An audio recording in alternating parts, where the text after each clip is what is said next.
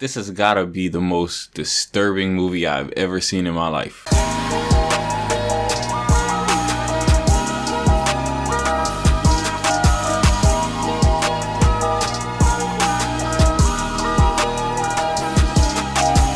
A couple of days ago, I made a Made in Abyss video, and someone on the video commented that I should go check out the movie. So I'm like, you know what? I'm gonna go check out the movie. I'm very happy that this person told me I should check out the movie, because maybe I wouldn't have checked out the movie without some encouraging to do so. But I am very pleased to have watched this movie. It intellectually messes with your mind in a disturbing yet very intriguing way that just keeps you wanting more, but at the same time it has your heart dropping to the floor. At certain points during the movie, I had to take a step back and ask myself, did I just see what I think I saw? Did what just happened really happen? How can someone conceptualize these ideas is beyond me, but I find it a bit artistic. Even though it might be disturbing to some, I find it very interesting the things that we as humans could come up with. In this movie right here, it was very good to say the least. If I'm being honest, there's not very much that I can critique about the movie. Don't get me wrong, I know that nothing is perfect, but the way that my mind feels right now, it doesn't feel right to go and nitpick this movie whenever it left me feeling the way that I feel. Whenever a movie is able to move you emotionally, I think it did a good job, because not very many works of art can move someone emotionally. Now, needless to say, I don't recommend anyone without a strong mind to watch this. Also, I don't recommend to watch this if you're not into dark things, because this movie is very dark, but it's dark in a good way. It's dark in the shape of art, if you want to put it that way, because I really do think this movie is a piece of art. This movie is a continuation of Made in Abyss, Season 1. So the movie picks off right where Season 1 of the show ends off, and it gets right into the pace of things. One of my biggest complaints with the series was that it took a while to kind of pick up. Like the first 3 episodes, I said in my video that they were honestly slow and I didn't see the point of them.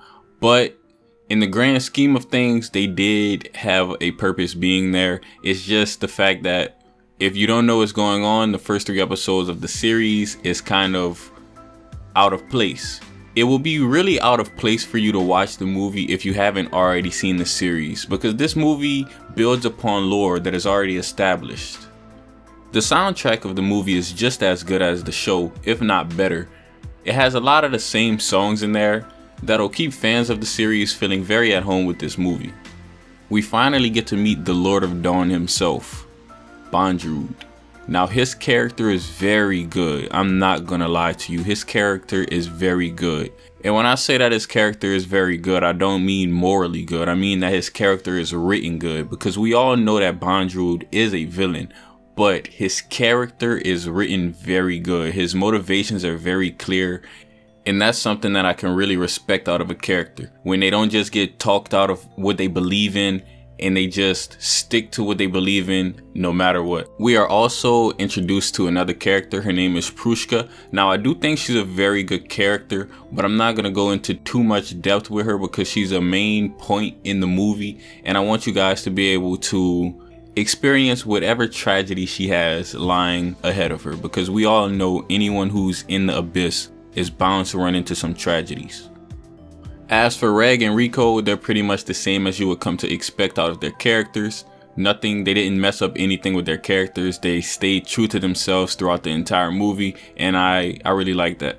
We get to see a lot more about the Abyss and its lore and its many secrets that are unraveling. We see secrets being revealed more and more, and that's one of my favorite things about the series. So I'm not going to tell you any of the secrets of the Abyss. I'm going to leave that to you to go discover on your own. As for the fights in this movie, I think perhaps they are the best fights in the series so far. As far as I've seen the first season. I have not yet read the manga.